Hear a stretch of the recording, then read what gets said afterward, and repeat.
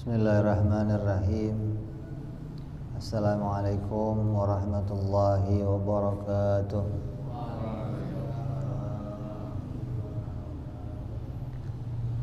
Al-Fatihah ila ruhi sayyidina wa habibina wa syafi'ina Rasulillah Sayyidina Muhammad ibn Abdullah sallallahu alaihi wa ala alihi wa ashabihi wa azwajihi wa dhurriyyatihi. Inna Allah ya'li darajatihim fil jannah wa yanfa'una bi asrarihim wa anwarihim wa ulumihim wa nafahatihim wa barakatihim fid dini wa dunya wal akhirah wa yaj'aluna min hisbihim wa yarzuquna mahabbatahum wa yatawaffana ala millatihim wa yajruna fi zumratihim bil afiyatin wa salamatin lahumul Fatihah. A'udzu billahi minasyaitonir rajim. Bismillahirrahmanirrahim. Alhamdulillahirabbil alamin arrahmanir rahim maliki yaumiddin. Iyyaka na'budu wa iyyaka nasta'in. Ihdinas siratal mustaqim. Siratal ladzina an'amta 'alaihim ghairil maghdubi 'alaihim waladdallin. Amin. Bismillahirrahmanirrahim. Nawaitu ta'alluma wa ta'lima wa tadhakkura wa tadhkira wa naf'a wal intifa'a wal ifadata wal istifadata wal hitha ala tamassuki bi kitabillahi wa sunnati rasulillah sallallahu alaihi wasallam wa du'a ilal huda wa dilalata alal khairi ibtigha'a mardatihi wa qurbihi wa sawabihi wa husnil khatimah ma'al lutfi wal afiyah wa salahil aqibah.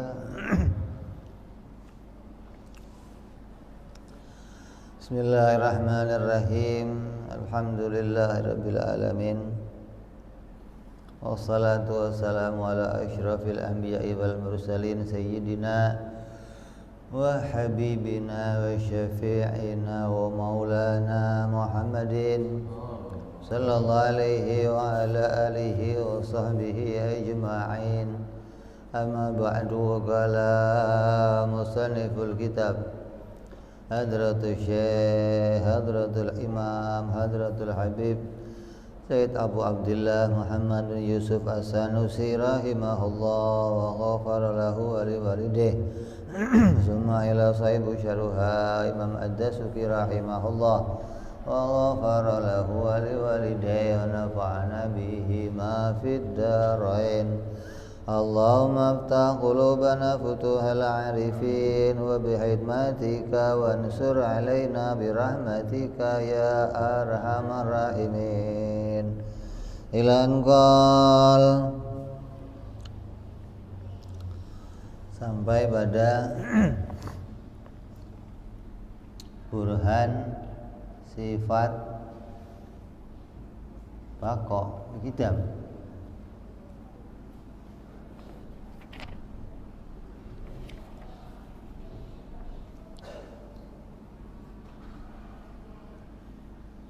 Wa amma burhanu wujubil qidami lahu ta'ala fali annahu law lam yakun qadiman lakana hadisan fayaftaqiru ila muhdisin falyalzamu dawru awit tasalsulu.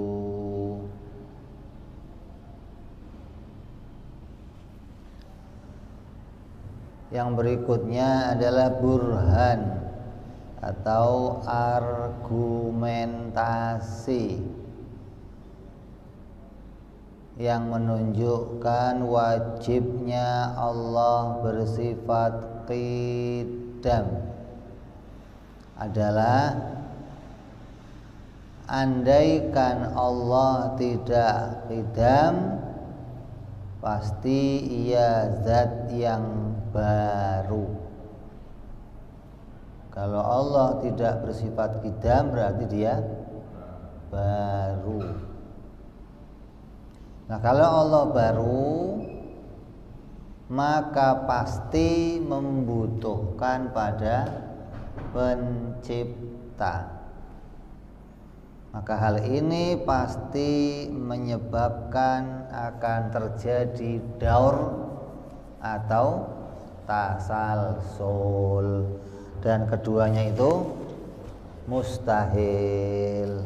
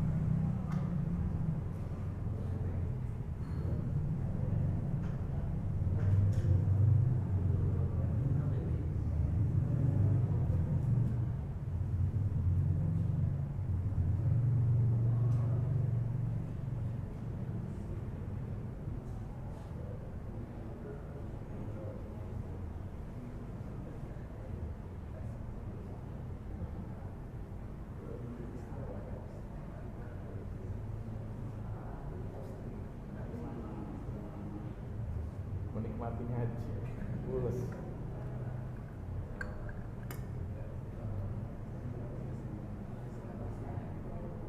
Ngaji itu nikmat.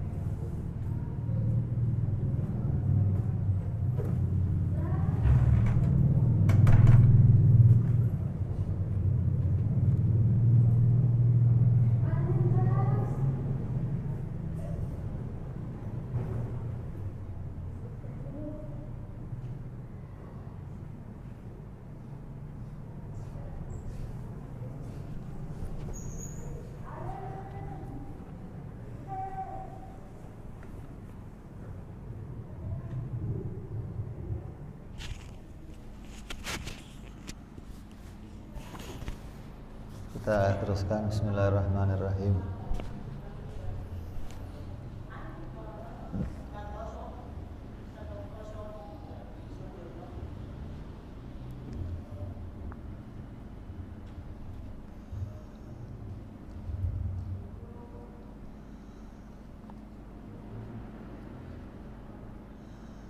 Apabila Allah tidak qidam pasti baru. Apabila baru pasti membutuhkan pencipta. Apabila demikian maka akan terjadi daur atau tasalsul.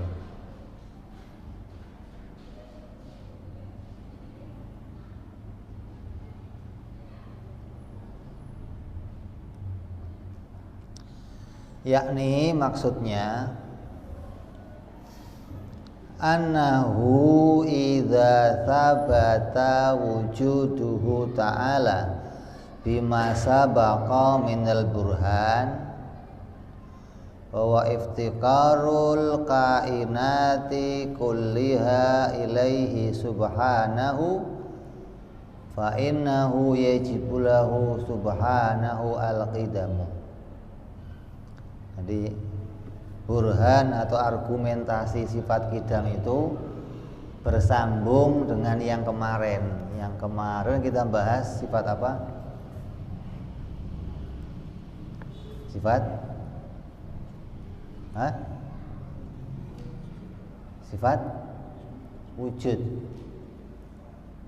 Kalau sudah kita pastikan, sudah ditemukan pembuktian bahwa Allah itu wajib bersifat wujud, sudah pasti, sudah kamu temukan, sudah kamu dalili, maka pasti pula seluruh perkara butuh kepada Dia. Karena wajibul wujud itu enggak ada lainnya. Wajibul wujud itu enggak mungkin ada dua. Wajibul wujud ya harus esa, maka selainnya pasti butuh kepada Dia. Dan yang wajibul wujud itu juga pasti wajib qidam. Wujudnya wajib. Wajib artinya apa? Allah wajib wujud artinya apa? Wujud itu tidak pernah tiada dari dirinya Allah. Kalau dirinya Allah tidak pernah tiada, maka berarti dirinya Allah itu tidak ada permulaannya. Karena wujud yang punya permulaan itu pasti pernah enggak ada, terus jadi ada. Sesuatu yang tadinya enggak ada terus jadi ada, pasti ada permulaannya. Tapi sesuatu yang wujudnya tetap, tidak pernah mengalami tiada, wujudnya tetap, berarti wujud ini enggak ada awalnya, enggak ada permulaan. Wujud yang ditemu akal itu hanya dua. Wujud yang baru atau wujud yang qidam. Perkara ada atau wujud itu akal hanya nemu berawal atau tidak berawal. Cuma dua, nggak ada lagi, nggak ada. Baru atau qidam. Berawal atau tidak berawal. Nggak ada tengah-tengahnya, nggak ada. Ini setengah berawal, setengah qidam, nggak ada. Setengah baru, setengah qidam, begitu, nggak ada. Wujud ya salah satu. Dia itu ditemukan awalnya atau tidak ditemukan awalnya. Kalau tidak ditemukan awalnya gimana? Berarti wajibul wujud. Kalau ditemukan awalnya berarti diciptakan, berarti dia baru. Jadi kalau kamu sudah memahami dalil yang kemarin, yaitu wajibnya Allah bersifat wujud, berarti kamu akan paham juga kalau Allah itu wajib qidam. Beda kalau kamu nggak ngakui Allah itu wajibul wujud. Artinya Tuhan itu wujudnya ya baru, hasil meditasi namanya. Tuhan habis bertapa 3000 tahun lalu jadi Tuhan gitu. Lu kira Tuhan-Tuhanan apa? Berarti tadinya bukan Tuhan. Terus jadi itu yang ngangkat Tuhan siapa? Yang ngangkat dirinya sendiri. Ada Tuhan ngangkat dirinya sendiri. Tadinya bukan Tuhan, sekarang saya ngaku diri sebagai Firaun loh gitu. Jadi Allah itu setelah kita pahami dalil yang kemarin dia wajibul wujud, maka akal yang sehat akan menemukan pula dia wajibul qidam. Kenapa demikian? Wa burhanuhu, dalilnya annahu laulam yakun ta'ala qidaman, apabila wujudnya Allah tidak wajib qidam, lakana hadisan, maka pasti baru. Sudah kita omong tadi, nggak ada tengah-tengah antara qidam dan baru. Nggak ada tengah-tengah antara berawal dan tidak berawal. Kalau nggak ditemukan dirinya itu berawal, ya pasti qidam. Kalau nggak qidam, ya pasti baru. Maka Allah demikian, apabila Allah tidak wajib qidam, berarti dia wajib baru. Liwujubil inhisari kullu mawjudi fil qidami wal hudus. Kenapa kok demikian? Karena wujud sesuatu itu hanya teringkas, hanya terbatasi oleh dua wujud, dua macam wujud saja menurut akal, yaitu wujud yang qidam dan wujud yang hudus. Wa mata intafa wujudu ahadihima ta'ayyanal akhar. Dan ketika wujud salah satunya ternafikan, pasti akan muncul wujud yang lainnya. Gitu dong. Kalau bukan A, pasti B. Wujud cuma ada dua, A dan B. Maka kalau kita mau menolak, kita mau menafikan barang ini atau wujud ini bukan wujudnya A, maka pasti wujudnya B. Karena cuma ada dua wujud, makhluk atau Tuhan, Khalik. Tuhan atau makhluk, nggak ada setengah Tuhan, nggak ada. Maka akal begitu, kalau bukan Tuhan pasti makhluk. Lah sifat Tuhan yang bagaimana? Qidam, tidak berawal. Maka apabila kita menolak Tuhan itu baru, berarti otomatis kita menetapkan Allah itu qidam. Sebaliknya kita menolak makhluk itu qidam, pasti menetapkan baru. Wal hudutsu ala maulana jalla wa azza mustahilun. Dan baru, apabila Allah itu wujudnya baru atau ada permulaannya, maka itu mustahil. Kenapa kok mustahil? Allah ada permulaannya, mustahil. Kenapa mustahil? Li'annahu yastalzimu an yakuna lahu muhdisun. Kalau Allah itu baru, ini cara mikirnya ini.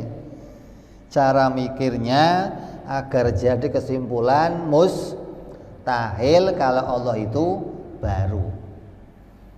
Kalau cuman Allah kudus, mustahil. Apa alasannya? Nggak pakai alasan, pokoknya mustahil. Itu buat sendiri aja, nggak usah disampaikan sama orang lain. Kalau mau disampaikan sama orang lain, orang akan tanya alasannya apa kok artinya cara kamu berpikir untuk mengantarkan kepada jawaban mustahil gimana caranya. Lah orang Islam, rata-rata orang Islam di dunia, cara berpikirnya sudah dicampuri filsafat. Walaupun nggak murni pemikiran filsafat, tapi sudah campur. Kenapa? Ketika dia mau mengatakan ini keputusan akal, tapi dicampur dengan adanya hukum kebiasaan, dicampur sama adanya sebab akibat. Maka ini cara atau keputusan berpikirnya tidak akan murni secara akal, tapi akan tercampur-campur dengan penemuan adat atau tergantung pada sesuatu. Hukum akal itu kan isbatu amrin li amrin au nafiyu anhu bi ghairi tikrar, dengan tanpa adanya uji coba, wala wad'i wadhi'in, atau tanpa diletakkan oleh seseorang. Artinya enggak tergantung dengan hukum kebiasaan dan tidak tergantung pada hukum syariat. Enggak ada hukum kebiasaan, enggak ada hukum syariat, akal mandiri bisa mutusin tentang keadaan dirinya sendiri dan keadaan yang lainnya.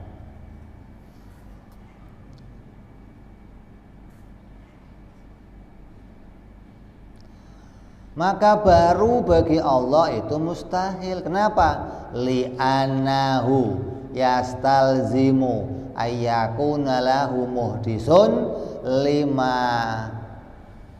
arafta. Apabila Allah itu baru, berarti kalau baru tadinya nggak ada, terus jadi ada. Nah kalau Allah itu baru, yang tadinya nggak ada terus jadi ada, pasti ada yang bikin, pasti ada yang menciptakan. Karena kemarin kita sudah ngomong nggak mungkin ada barang muncul, udah kita bahas kemarin kan, tidak mungkin ada barang bisa muncul sendiri. Jadi apabila Allah itu baru, berarti wujudnya Allah pasti butuh pencipta.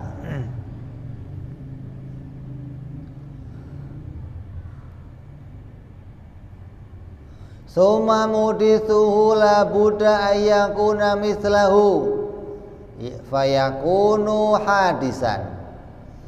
Kalau pencipta yang menciptakan saya, kita kan baru nih, ya, kita baru, kita tadinya nggak ada terus jadi ada. Lah pencipta saya gimana? Oh pencipta kamu juga baru, umpamanya Allah itu juga baru. Kalau begitu nanti Allah itu akan butuh lagi pada pencipta lagi yang lain, karena yang namanya barang baru pasti butuh diciptakan. Jadi kalau ada barang baru diciptakan sama barang baru lagi, nanti barang baru itu butuh lagi barang yang menciptakan lagi. Terus akan begitu, bolak-balik, ini butuh sama ini, butuh sama ini, butuh. Kenapa? Karena dia baru pasti butuh pada yang lain. Lah kalau itu terjadi, falahu aidzon muhdisun fayalzamu aidzon fi hadzal muhdis ma lazima fil ladzi qablahu minal iftikari muhdisun ila akhar fahakadza. Maka apabila begitu akan terjadi namanya tasalsul. Digambarkan diri kita lah, kamu anak, tanya, kamu yang bikin kamu siapa? Oh yang bikin saya bapak. Lah orang nanya, lah bapak kamu dibikin enggak? Dibikin. Yang bikin siapa? Kan nanya lagi. Oh kakek. Lah kakek kamu dibikin? Dibikin. Yang bikin siapa? Buyut. Lah buyut kamu dibikin, yang bikin siapa? Terus. Lah selesainya kapan? Enggak akan ada selesainya. Sesuatu yang tidak akan ada selesainya, ini berarti sesuatu yang nggak punya kesimpulan. Maka sesuatu yang demikian namanya tasalsul. Sesuatu yang tasalsul hukumnya mustahil. Nggak ada perkara yang berkelanjutan tanpa ada habisnya, nggak ada. Itu kebodohan namanya. Itu kesalahan berpikir.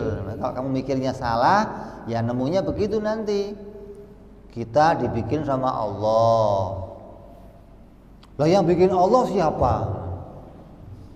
Ini akan muncul pertanyaan ini, bisa jadi pertama dari setan yang mengajak kamu ragu, yang mengajak kamu menyekutukan Allah.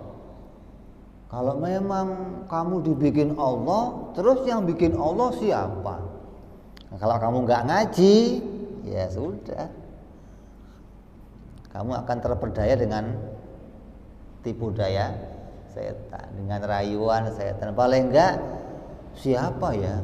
Paling enggaknya gitu siapa ya? Enggak bisa ngomong mustahil gitu dong. Jangan ganggu. Nah, kamu ngaji aja enggak, gimana mau rendang setan? Nanti enggak akan bisa hati kamu diragukan apabila kamu ngaji dan posisi kamu punya dalil, punya argumentasi.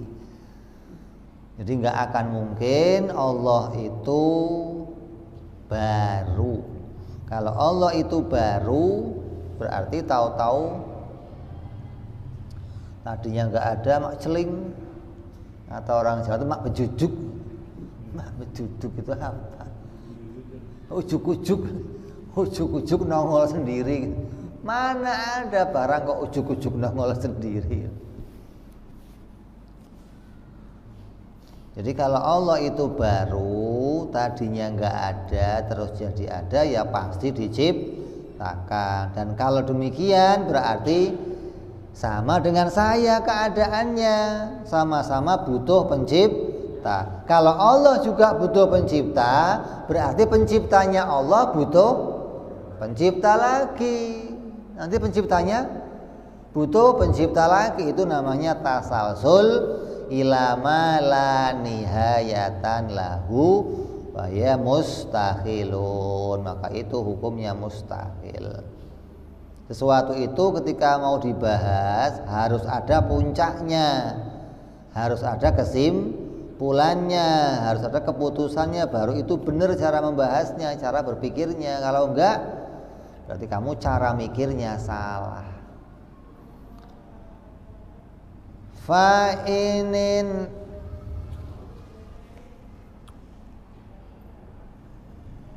Fa'inin hasaral adadu lazima daur li'annahu muhdisul muhditsal awwali yalzamu ayyakuna ba'dha man min ba'dihi mimman ahdathahu hadzal awwalu au ahdathahu manistunida wujudu ilaihi mubayyaratan awil. Bau apa sih ini? Dupa ya? Matiin dong.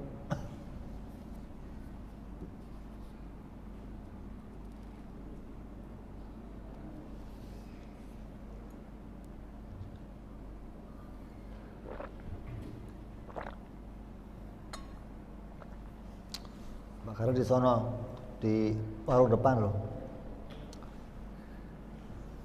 Di muka saya lagi bakarnya.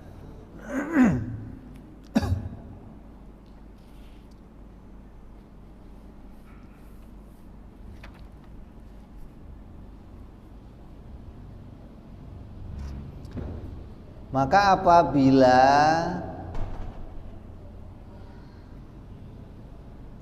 jumlah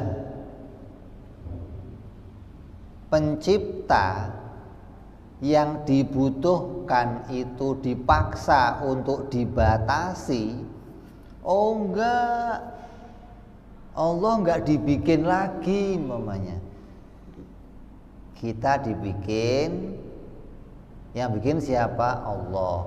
Nah, Allah yang bikin siapa? Oh, Allah yang bikin bukan Allah lagi, maka pasti akan kembali kepada yang pertama. Seperti telur dibikin sama burung, sama ayam. Lah, ayam yang bikin ayam lagi yang lain. Oh, bukan. Terus siapa? Ya kembali pada telur berarti. Kalau yang pertama tadi namanya tasalsul. Telur dibikin ayam. Ayam yang bikin ayam lagi. Ayam lagi dibikin siapa? Ayam lagi namanya tasalsul. Ayam A dibikin ayam B, ayam B dibikin ayam C, ayam C dibikin ayam D, namanya tasalsul. Itu nggak akan ada habisnya. Tapi kalau diringkas, oh enggak sampai ke sana-sana. Terus yang bikin telur siapa? Ayam. Lah, ayam dibikin siapa? Bukan ayam lagi. Ya berarti kembali pada telur. Mau nggak mau, kalau kembali pada telur namanya apa? Daur. Berputar-putar tanpa ada keputusannya. Ayam dari telur, telur dari yang pertama siapa? Manusia dari mani. Mani gimana terus itu? Nggak punya kesimpulan berarti. Kalau kamu paksakan, oh pokoknya manusia dari mani, nanti mani dari manusia, maka nggak akan punya hasil kesimpulan. Jadi sesuatu cara berpikir yang hasil berpikirnya menemukan daur atau tasalsul, maka cara berpikir ini salah dan nggak mungkin punya kesimpulan. Kalau nggak mungkin punya kesimpulan, berarti nggak akan menemukan jawaban. Kalau begitu cara mikirnya harus dirubah. Nggak boleh cara mikirnya begitu, karena nggak akan ada hasil kesimpulannya.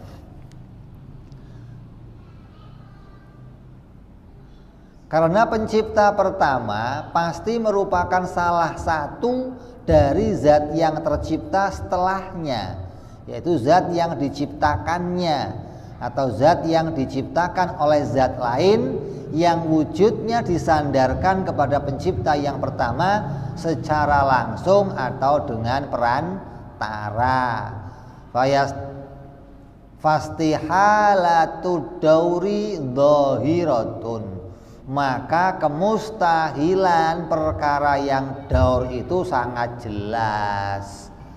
Perkara yang daur itu jelas-jelas mustahil. Nggak mungkin ayam dari telur, telur dari ayam, nggak mungkin. Kalau begitu nanti keputusan ujungnya yang mana, gitu loh. Sama kayak ada penyakit menular. Kalau ada penyakit menular, si A sakit, yang menimbulkan A sakit siapa? Si B. B sakit dari mana? Dari si C. C sakit dari mana? Si D. Nah, yang pertama sakit siapa, tanyain? Oh, yang pertama sakit si Z. Oh, lah Z dari mana? Masa kembali ke A lagi, kan aneh. Z sakit dengan sendi, aneh lagi. Z sakitnya enggak ketularan, tapi sakit aneh namanya. Sakit yang lain ketularan, giliran Z sakitnya enggak ketularan. Terus gimana coba? Jadi enggak nyambung. Maka cara mikir itu harus benar, jangan cara mikirnya semaunya sendiri atau cara mikirnya dicampuri cara mikir filsafat yang dicampur dengan cara mikir hukum adat. Kamu nggak akan ketemu nggak. Kalau cara mikir kamu dicampur-campur pakai Quran hadis, dicampur-campur pakai hukum kebiasaan, nggak ketemu hasilnya nggak.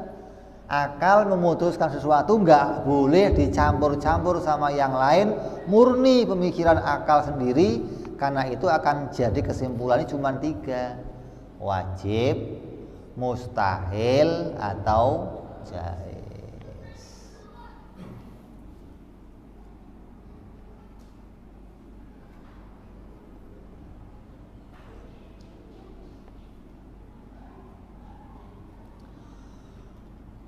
Fastihalatu dauri dhahiratun li'annahu yalzamu alaihi taqaddumu kullu wahidin minal muhditsina alal akhar au ta'akhurhu anhu wa dzalika jam'un baina mutanafiyain bal wa yalzamu alaihi aidan taqaddumu kullu wahidin minhuma ala nafsihi wa ta'akhuruhu anha bimartabatain au bimaratibat wa dzalika tahafutun la yuqal. Mustahilnya daur berputar sesuatu itu jelas, nggak usah dibahas lagi, kamu sudah bisa contohkan. Itu pasti perkara yang nggak diterima oleh akal. Artinya akal mengatakan itu hukumnya mustahil, nggak diterima kalau ditemukan wujudnya. Pasti akal mengatakan akan ditemukan adamnya, yang begitu nggak akan terjadi itu. Sebab pasti masing-masing pencipta mendahului atau tertinggal dari yang lain. Hal itu merupakan jami' baina mutanafiyain, berkumpulnya dua hal yang saling menafikan. Yang namanya pencipta kok didahului sama yang diciptakan? Bagaimana? Telur diciptakan didahului sama ayam yang menciptakan, itu jelas, artinya orang nyata. Lah kalau ayamnya didahului siapa? Telur lagi. Ini namanya terkumpulnya sesuatu yang saling menafikan, saling berlawanan. Nggak boleh yang demikian terjadi, nggak boleh. Nggak mungkin pencipta itu didahului ciptaannya, mungkin nggak? Ada emak didahului anaknya, mungkin? Anaknya lahir dulu baru emaknya lahir, ada? Ya nggak mungkin, mustahil. Telurnya lahir dulu baru ayamnya gitu. Habis ayam telur lagi gitu. Ini gimana sih?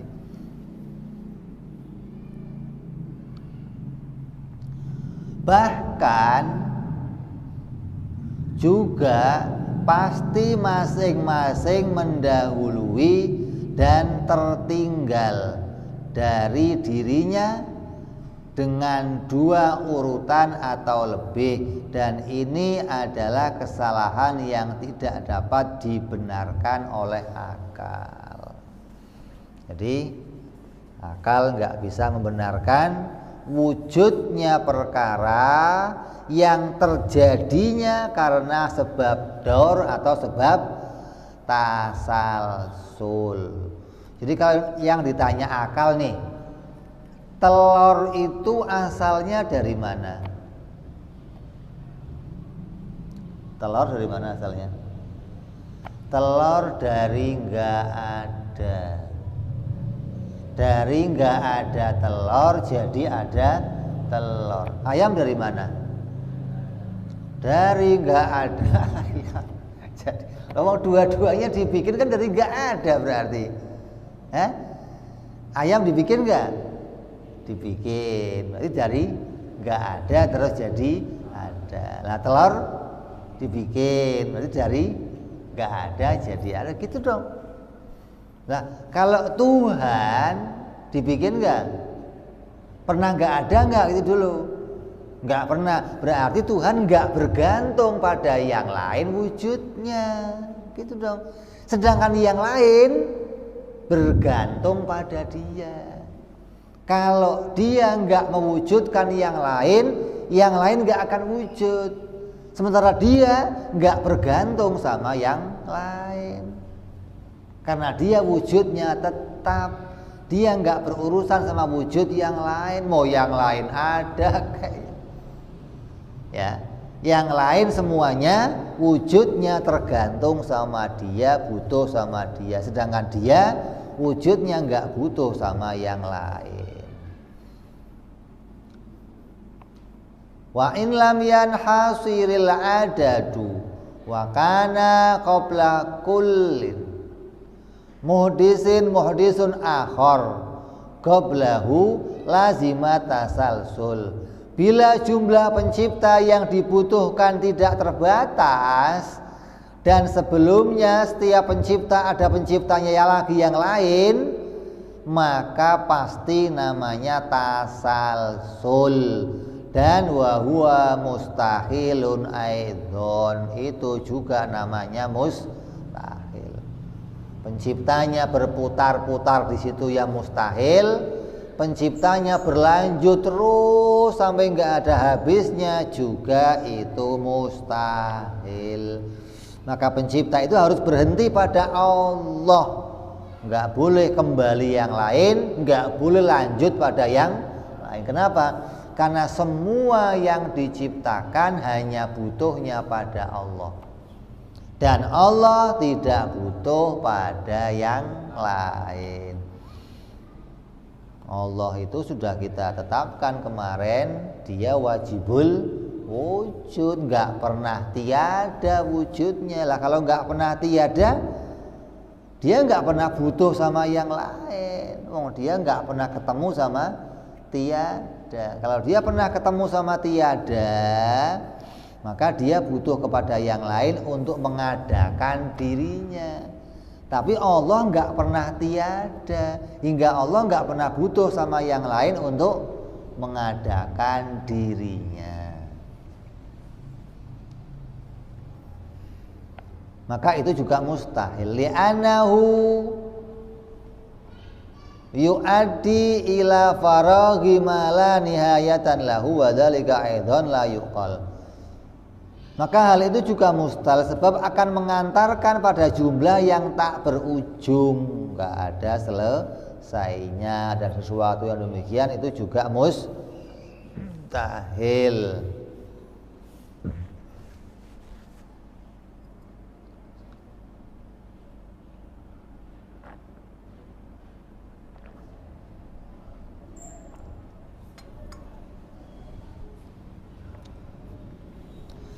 Jadi kalau mau disusun burhan ini susunannya ada 3 susunan. Yang pertama, ini kan argumentasinya pakainya pengandaian, pakai kias namanya. Maka kita hanya bisa mengkiaskannya. Andai atau apabila Allah tidak qidam berarti baru, ya, karena sudah kita putuskan tadi qidam dan baru itu enggak ada lainnya atau tidak berawal. Kalau Tuhan tidak qidam pasti dia berawal. Kalau dia berawal, kalau Tuhan tidak qidam pasti dia berawal, dan Tuhan itu berawal hukumnya mustahil. Kenapa? Kalau Tuhan berawal berarti sama dengan kita, sama-sama ada permulaannya, sama-sama berarti pernah enggak ada. Sedangkan Allah tidak sama dengan makhluk, laisa kamitslihi syai'un. Maka wujudnya Allah pasti enggak sama dengan kita. Kalau kita wujudnya pernah enggak ada terus jadi ada, wujudnya Allah pasti enggak sama dengan wujudnya kita. Maka apabila Allah baru maka hukumnya mustahil. Yang kedua, kalau Allah baru pasti butuh diciptakan. Karena setiap barang baru nggak mungkin muncul sendiri. Kalau Allah diciptakan maka hukumnya mustahil. Kenapa? Sama dengan saya. Masa ada Tuhan sama dengan makhluk, maka hukumnya mustahil. Dicipta baru yang mustahil, diciptakan mustahil. Yang ketiga, kalau diciptakan akan terjadi daur dan tasalsul, maka itu juga mustahil. Apa itu daur? Daur itu berputarnya sesuatu kembali kepada yang pertama. Maka sesuatu yang daur gak akan punya kesimpulan. Tasalsul apa? Tasalsul berlanjutnya sesuatu kepada sesuatu yang lain tanpa ada penghabisannya. Maka itu juga gak akan punya kesimpulan. Dan itu hukumnya juga mustahil. Jadi ada 3 mustahil kita temukan untuk satu dalil ini. Ini namanya apa? Burhan. Disusun dengan 3 macam dalil. Gak cukup satu dalil tapi 3 macam, maka jadilah namanya burhan. Apabila Tuhan gak kidam maka baru. Kalau baru mustahil. Kalau dia baru pasti diciptakan. Kalau diciptakan mustahil. Kalau dia diciptakan maka terjadi daur atau tasalsul, dan itu mustahil. Jadi kita 3 dalil kita hadirkan untuk menetapkan Allah wajib qidam. Wa idza istahalal hudutsu ala maulana subhanahu wa ta'ala, apabila sudah bisa diputuskan oleh akal bahwa mustahil Allah bersifat baru, maka wajabalahul qidam, berarti wajib Allah bersifat qidam wa huwal matlub, maka inilah yang kita cari. Artinya kita dituntut menemukan bahwa zat Allah, sifat Allah itu tidak ada permulaannya. Ini dalil. Dengan dalil ini kamu bisa membatalkan semua hantu-hantu yang dianggap oleh mereka sesembahan. Apa? Yesus dianggap Tuhan, ada permulaannya. Siapa lagi? Krishna dianggap Tuhan, ada permulaannya. Zeus dianggap Tuhan, ada permulaannya. Siapa lagi? Siddhartha dianggap Tuhan, ada permulaannya. Gitu loh. Jadi semua yang kamu cek, kamu lihat mereka nganggap ini Tuhan, kata mereka. Setelah kita berpikir, maka ternyata yang mereka anggap Tuhan itu ada permulaannya semua. Maka kalau ada permulaannya, maka pastilah dia pernah nggak ada terus jadi ada. Dan nggak mungkin Tuhan demikian.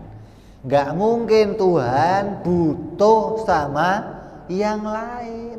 Lah kalau Tuhan butuh sama yang lain, masa Tuhan begitu, gimana sih ya? Bedanya sama saya apa? Oh kan beda kebutuhannya. Oh beda kebutuhan. Beda kebutuhan. Tuhan itu yang memenuhi kebutuhan hamba-hambanya. Kok Tuhan sendiri perlu dipenuhi kebutuhannya? Ya bukan Tuhan namanya. Makanya ketika Nabi nanya sama orang-orang Arab, ini kalau nanti kupingnya copot gimana Tuhan kamu? Ya kami tambal Nabi, kami perbaiki kupingnya. Kalau bajunya kotor gimana? Ya kami cuciin. Kok Tuhan butuh? Kok ada Tuhan butuh pertolongan, butuh diurusin loh. Sebenarnya yang asomat itu kamu apa Tuhan? Yang asomat itu Tuhan, mestinya nggak butuh dilayani. Kok jadi malah asomatnya malah kamu, Tuhan jadi yang dilayani, gimana? Tuhan itu nggak butuh dilayani, Tuhan itu nggak butuh diurus oleh yang lain. Kenapa? Dia nggak butuh segala sesuatu, nggak butuh pencipta dan yang lainnya. Jadi mustahil kalau ada perkara yang tercipta, yang baru muncul, kemudian dia diakui atau ditetapkan sebagai Tuhan hanya gara-gara melakukan sesuatu yang luar binasa. Oh, ini ada pekerjaannya yang luar binasa ini. Luar biasa itu kan banyak. Apa tiap luar biasa terus Tuhan gitu. Ini kadang cara berpikirnya hati-hati, makanya Nabi SAW mengajarkan kepada sahabatnya cara berpikir yang benar 13 tahun, bayangkan. Bukan cuma ngajarin yakin, sahabat paling cepet yakinnya. Gimana yang ngomong Nabi nggak yakin? Kenapa perlu 13 tahun? Merubah cara berpikir yang lama gitu loh. Diajarkan cara mikir yang baru. Kita ngaji berapa tahun? Belum 10 tahun belum? Kurang 3 tahun lagi berarti. 12 tahun. Nabi ngajarin sahabat, ini otaknya otak sahabat, lamanya 13. Nah kalau otak kamu, kalau otaknya otak, jadi bukan masalah ngajarin kamu yakin Tuhan, itu mah cepet urusan yakin sahabat umpama. Tapi pola pikirnya yang terkontaminasi, pola pikir filsafat, pola pikirnya Aristoteles, Plato, Sokrates, itu mau dihangus, mau dihabiskan. Sokrates, Plato sejak dulu sudah ada pemikirannya. Itu zaman Yunani dulu, zaman dewa-dewa mereka ngakuin. Itu sejak zaman Nabi sudah ada pemikiran itu, jangan dikira nggak ada. Nah, dia duluan cara berpikirnya seperti itu. Tapi cara mikirnya begitu, cara mikir yang salah, sama Nabi dirubah cara mikirnya kepada cara mikir yang benar. Artinya akal berpikir itu jangan dicampur-campur sama yang lain, yang murni akal aja. Nggak usah pakai mata, kuping. Ini ada percobaan ini, indera ini, itu hukum kebiasaan, bukan hukum akal. Begitu pula itu Quran, hadis, itu hukum syariat, jangan dicampur sama hukum akal. Enggak akal ketika memutus sesuatu murni berdiri pada pendapatnya sendiri. Lalu Nabi ngajarin ke sahabatnya, sahabat ke tabiin terus sampai kepada kita. Lah yang membuat buku ini siapa? Yang buat buku ini Imam Abu Hasan Al-Asy'ari. Bukan ngarang sendiri, tapi berasal dari generasi sebelumnya. Dia hanya membukukan jadi mata pelajaran. Gitu loh. Bukan Imam Abu Hasan Al-Asy'ari ngarang akidah. Mana ada kita dikarang sendiri. Agama nggak ada yang kita karang, nggak ada, semua dari Nabi terus kepada kita. Apapun yang dikerjakan Nabi itu disampaikan kepada orang setelahnya. Ada yang dalam bentuk tulisan, perbuatan maupun keadaan atau halnya Nabi. Sama kayak cara sholat, yang ngajarin siapa? Nabi. Cara puasa yang ngajarin siapa? Nabi. Cara zakat siapa? Haji. Lah yang membukukan jadi mata pelajaran fikih siapa? Imam Syafi'i. Pertama yang bukuin Imam Syafi'i, terus turun ke imam lagi yang lain memperluas, terus sampai kepada kita. Jadilah mata pelajaran fikih. Yang ngajari baca Quran tajwid siapa? Nabi. Tapi di zaman Nabi nggak ada idgham, ikhfa, iklab, idgham bihunna, idgham bihunna, nggak ada itu zaman Nabi. Tapi cara bacanya sama, gitu loh. Kemudian oleh ulama dibikin buku mata pelajaran, diberi nama. Bacaan yang begini namanya begini, bacaan yang begini namanya begini. Kalau cara bacanya sudah sejak zaman Nabi, maka cara mikir seperti ini sudah sejak zaman Nabi. Wajib, mustahil, jaiz, sudah sejak zaman Nabi. Jangan dikira ini pelajaran baru. Bagaimana kalau pembukuannya, menjadikannya mata pelajaran, memang itu hal baru, dikerjakan tahun 300 Hijriah. Nah sebelumnya mereka nggak butuh tulisan, dari bapak langsung ke anaknya, dari guru langsung ke muridnya, duduk mikir, diajarkan caranya mikir. Tapi untuk memudahkan kita, semakin luasnya pemikiran filsafat, semakin luasnya pemikiran Mujassimah, Mu'tazilah, maka Imam Asy'ari membukukannya untuk kita lebih mudah mempelajarinya. Maka mudah-mudahan kita doakan para imam-imam kita semuanya yang memudahkan kita dapat ilmu ini. Mereka sebagai jalan wasilah kita, mudah-mudahan mereka menjadi orang-orang yang sempurna imannya, dijadikan orang-orang yang senantiasa mendapat keridhaan dari Allah Subhanahu wa taala, dan kita menjadi orang-orang yang menjadi penerusnya, dan insya Allah kelak kita bersama mereka di surganya Allah Subhanahu wa taala. Amin ya rabbal ala hadiniyah wa ala niyatin salihah wa ila hadratin nabi. Al-Fatihah. A'udzu billahi minasy syaithanir rajim. Bismillahirrahmanirrahim. Alhamdulillahi rabbil alamin arrahmanir rahim maliki yaumiddin. Iyyaka na'budu wa iyyaka nasta'in. Ihdinas siratal mustaqim. صراط الذين أنعمت عليهم غير المغضوب عليهم ولا الضالين آمين.